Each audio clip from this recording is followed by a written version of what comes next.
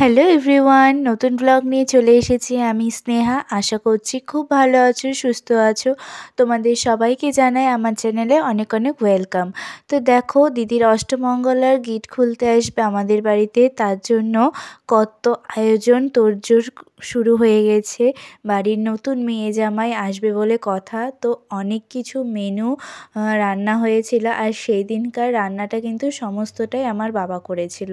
তো সন্ধেবেলা দেখো, দিদি আর দাদাভাই চলে এসেছে, তো ওদেরকে বরণ করে ঘরে নিয়ে যাওয়া হবে এখন। তারপরে আশীর্বাদ পর্ব আছে।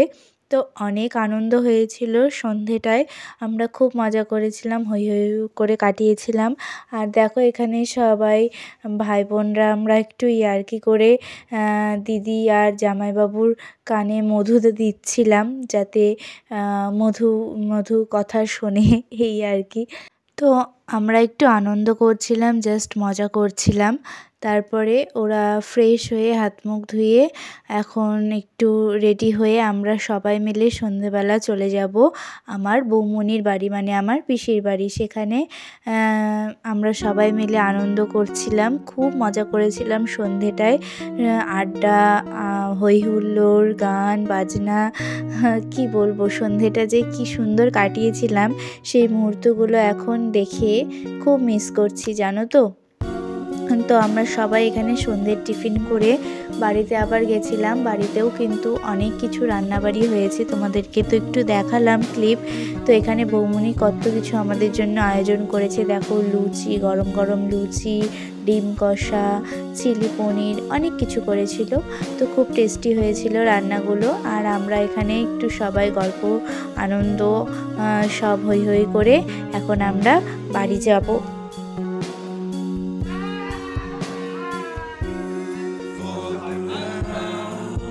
তো এখানে দাদা ভাইয়ের জন্য খাবার বাড়া হচ্ছিল। তো জামাই বলে কথা, একটু সুন্দর করে সাজিয়ে গুছিয়ে খেতে না দিলে হয়। তো এখানে কিন্তু আমাদের অনেক কিছু রান্নাবাড়ি হয়েছিল, যেমন ইলিশ ভাপা, খাসির মাংস, তারপরে মুসুরের ডাল, পাঁপড় ভাজা, ছোটো মাছের চচ্চড়ি, চাটনি, অনেক কিছু। তো এগুলো দিয়েই খাওয়া দাওয়া হয়েছিল রাত্রিবেলা। আর পরের দিন ভোরবেলায় ওরা বেরিয়ে গেছিলো কলকাতায়। দাদাভাইয়ের ছুটি ছিল না, বিয়ে পারপাসে কয়েকদিনের জন্য ছুটি নিয়ে এসেছিল, তাই অষ্টমঙ্গলা করেই ওরা পরের দিন চলে গেছিলো। আর খুব মনটা খারাপ লাগছিল, এত হৈ হুল্লোড় আনন্দ করলাম একসাথে কয়টা দিন সবাই মিলে। তারপরে আস্তে আস্তে বাড়িটাও ফাঁকা হয়ে গেল, আর দিদিও চলে যাচ্ছে এতটা দূরে আমাদের সবাইকে ছেড়ে, যে আরও বেশি কষ্ট হচ্ছে। তো ভোর 5:30টায় ওদের ট্রেন ছিল, তাই আমরা একটু তাড়াতাড়ি চলে এসেছিলাম স্টেশনে। স্টেশন দেখো পুরো ফাঁকা। তো এত কষ্ট হচ্ছিল, এই কষ্টগুলো বোঝানোর মতো না। যদি খুব কাছের কোনো প্রিয় মানুষ এইভাবে হঠাৎ করে চলে যায় দূরে, তো তারাই বুঝতে পারবে যে কেমন কষ্ট হয়। আর দুই বোন একসাথে সবসময় থেকেছি, ঘুরেছি ফিরেছি, তাই আরও বেশি কষ্ট হচ্ছিল যে একা একা আমি কীভাবে থাকবো, এই কথা ভেবে।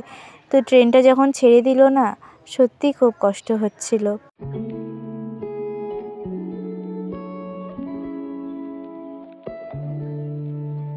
দেখো, ট্রেনটা ছেড়ে দিয়েছে আর আমরা এখন বাড়ি চলে যাব। স্টেশন পুরো ফাঁকা, ভোর হতে চললো প্রায়। তো মাঝে মাঝে কিছু অপ্রিয় বাস্তব আমাদের মেনে নিতে হয়, খুব কষ্টকর, খুব বেদনামূলক, কিন্তু কি আর করা যাবে। যাই হোক, ফিরলাম আবার সকালবেলা।